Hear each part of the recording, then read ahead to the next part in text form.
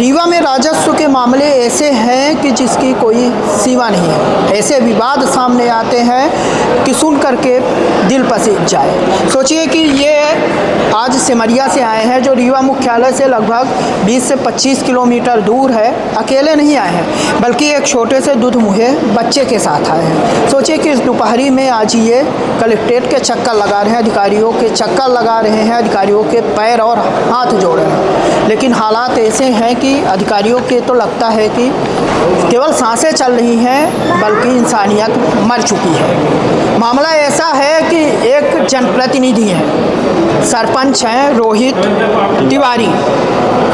लोगों के वोटों से जीत तो गए, लेकिन जब सरपंच बन गए तो अकड़ ऐसी हो गई कि सरकारी ज़मीन पर कब्जा ही करने लगे। और कब्जा सरकारी ज़मीन पे तो चलो ठीक है, उस रास्ते पर कब्जा कर रहे हैं जहां से लोगों को निकलना होता है, इनके परिवार को निकलना होता है। अब सोचिए कि क्या आसमान में पैर रख करके चलेंगे? चलेंगे तो ज़मीन में ही। अब जब रास्ता बंद हो जाए तो फिर इंसान क्या कर सकता है। आज इसी मुद्दे पर ये यहाँ पे आए थे, कलेक्टर मैडम के पास कई बार आ चुके हैं। क्या है पूरा मामला, जान लेते हैं। क्या नाम है आपका? लेखधारी प्रसाद तिवारी। कहाँ से आए आप? हम सिमरिया तहसील के डढ़िया ग्राम से आए हैं। अच्छा, किस लिए आए हैं यहाँ पे?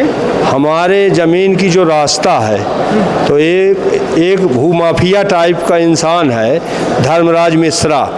धर्मराज मिश्रा उस 143 नंबर भूमि का भूमि स्वामी है।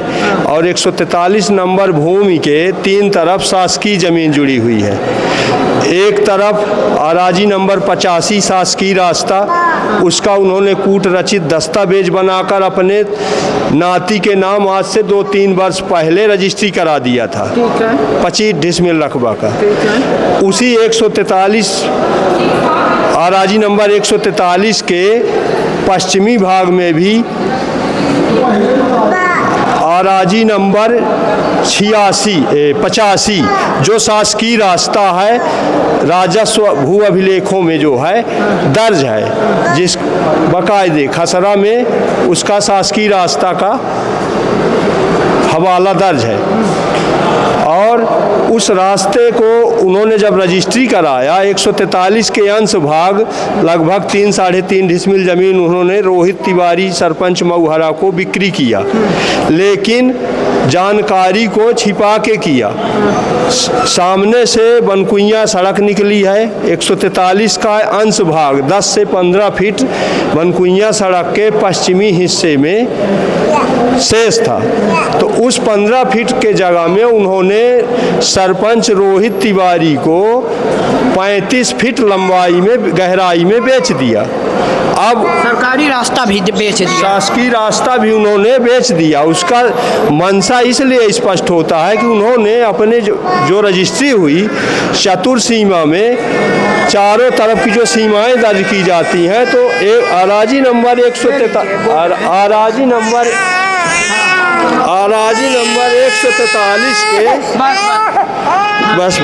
अराजी नंबर 143 के पश्चिमी सीमा में मध्य प्रदेश शासन का शासकीय रास्ता है, दर्ज है। तो उन्होंने उस जानकारी को छिपाया और उस रास्ते के बजाय उन्होंने पश्चिमी सीमा में दूसरे मौजा के जमींदार महेश गौतम के ज़मीन का विवरण दिया, रास्ता को सीधे सीधे छिपा दिया।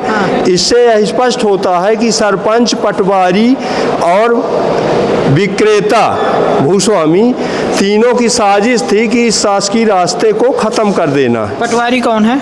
पटवारी रिटायरमेंट फौजी, अब नई नियुक्ति वो पटवारी हैं, और नरेंद्र पांडे। श्रवण कुमारी senior secondary school Chirhula Rewa, जहां इस समय चालू है फ्री एडमिशन। जल्दी आएं और अपने बच्चों के बेहतर भविष्य के लिए एडमिशन करवाएं। नर्सरी से 12वीं तक।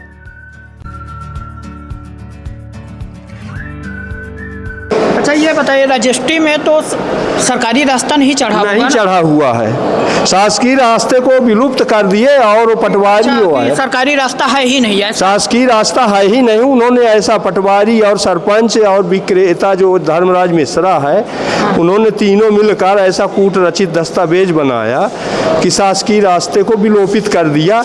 और उस पटवारी को 143 का सीमांकन करके अंश भाग विक्रेता जो खरीदा उसका रकबा निकालना चाहिए। तो पटवारी ने उस रास्ते को हजम करने के लिए सिर्फ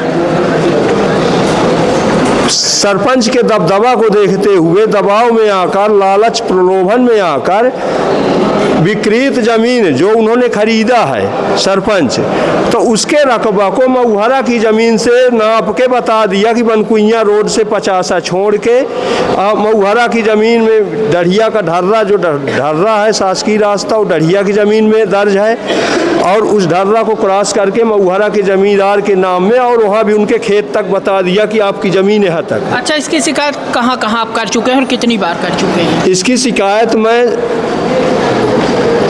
19 दिसंबर 2025 से शुरू किया, ऑनलाइन 181 में किया।